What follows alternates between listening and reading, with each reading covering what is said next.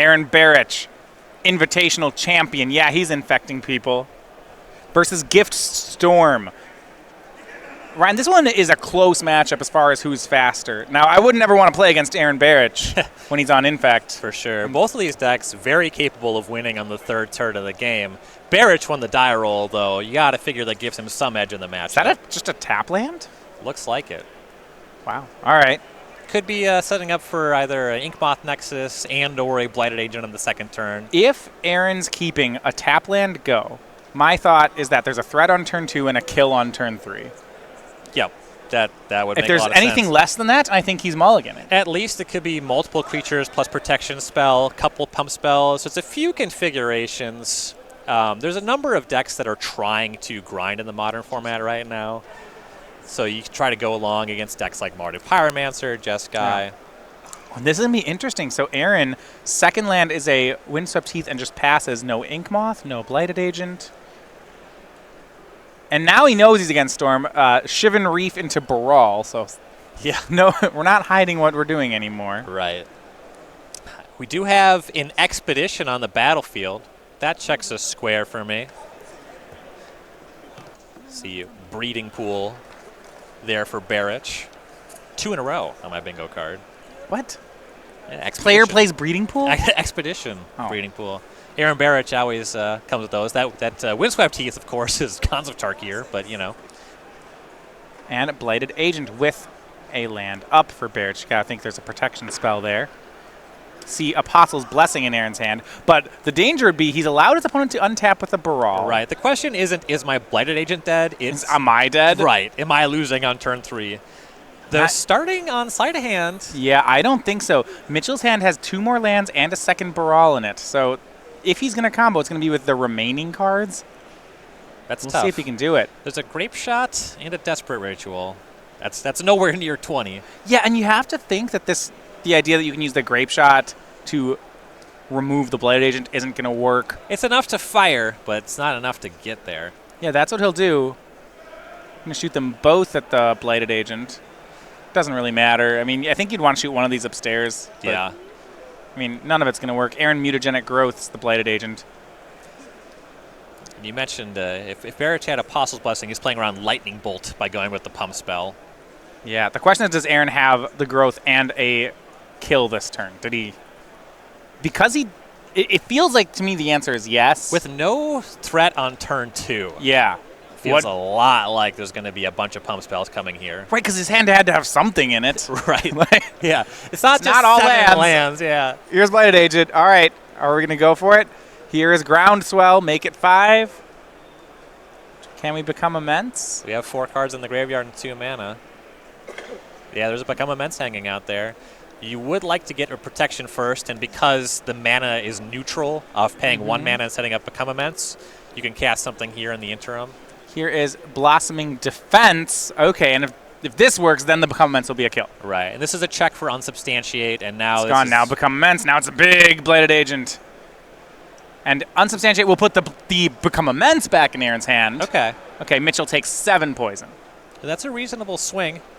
You know, Barich's graveyard is gone, so it's going to be tough to convert that Become Immense going forward. Can Mitchell punish? His opponent's tapped out. Well, sure, he'll attack for 1. That's not the part we care about. He has Repeal. So he can, for 2 mana, repeal the Blighted Agent. He'll do that. Yeah, and that was some pretty nice sequencing by Stephenson there. He had Barich to tap out. Even though he had Unsubstantiate, he could have fired off in response to Blossoming Defense. Didn't have to. Was able to repeal the Blighted Agent. That was a very nice Unsubstantiate. Now, Aaron recasts Blighted Agent, says go. Where both players don't seem to have the pieces together yet. Mitchell's hand is 2 Rituals and a second Baral. And despite some very nice play on his side, he may just have bricked. Hey, your deck doesn't always help you get there. Yeah, I mean, he's doing what he needs to. Repeal's a great card for this situation. We'll see whether or not Aaron has any pump spell. That will present lethal here. I believe Vines of the Vastwood is hanging out in the hand. With Apostle's Blessing, Mitchell dodged a lethal Blighted Agent attack once. Storm's not set up to do it twice. Barich certainly has enough to shove, and as far as I know, Mitchell has nothing to say about it. Swing, Vines of Vastwood with kicker, and Mitchell picks up the cards. Barich with Infect, 1-0. That's another bingo square. Player gets 10 poison counters. I actually got one here, Spell gets kicked. We were talking about that before. I don't know if outside of Vines of Vastwood, there was a card that I could get that with. I kept trying to think of something, and I came up with cards that escalate. Yeah, Spell gets kicked. I thought about Walking Ballista, but that's not multi-kicker. It's just XX. Yeah, everything I tried to come up with did not have kicker, but yeah, Vines. Vines actually. Well, what sets in Modern is kicker in. It's what? Kicker's in Zendikar block. Yep.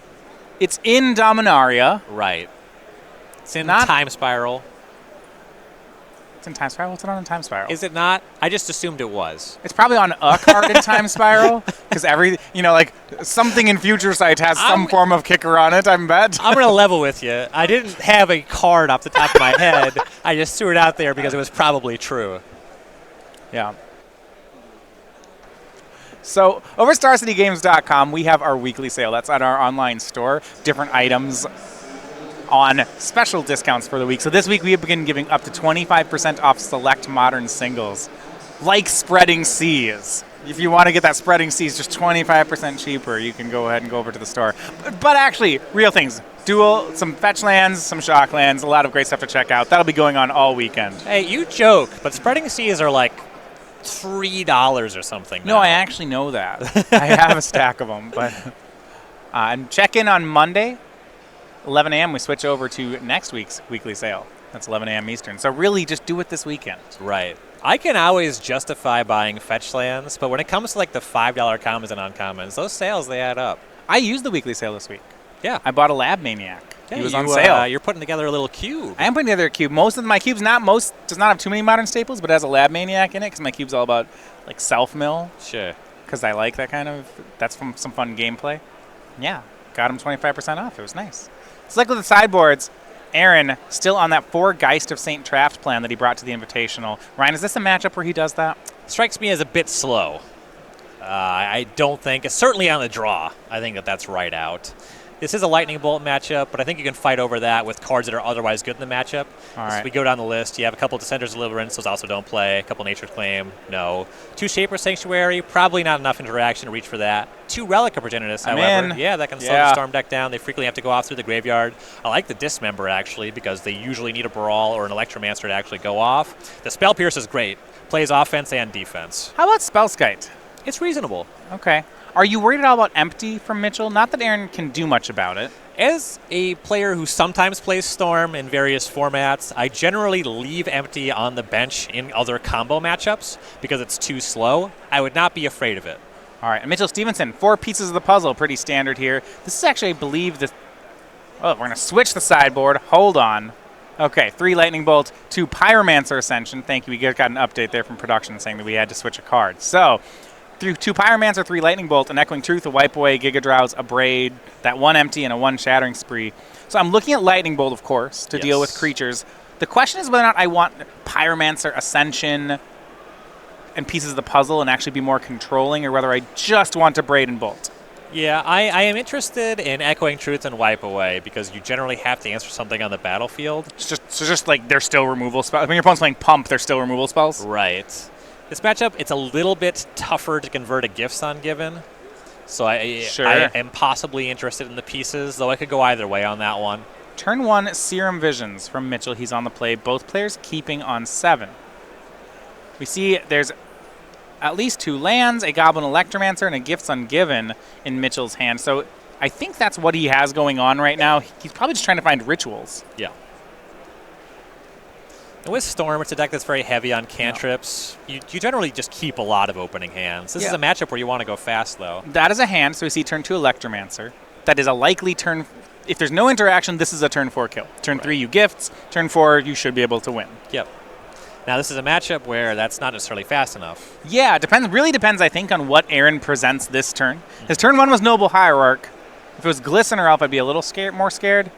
And from Aaron's side, we see Inkmoth Nexus, Dismember. So that's a infect threat and an answer to the Electromancer. Huge turn for Barich. Huger still. Glistener Elf was then cast, so 2 threats plus answer. And this is where you said that turn 4 win might not be enough. Right. This hand certainly suggests it. Well, it's not just something that can theoretically just race you. Barich might have a kill locked up, but he also knocked Mitchell off balance. Yeah, that Gifts Ungiven can't be cast this turn. Now it's a turn 5 win for Storm. Right.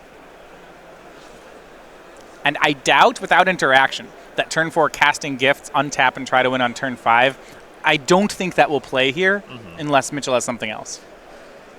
And without much backup, Barich knows it's a matchup where Stevens is going to have burn spells, bounce spells. Barich now has access to 2 infect threats. He's not going to shove in a way that's not at least relatively safe. Aaron Barich, he just shoves. Here's a swing with Glistener Elf.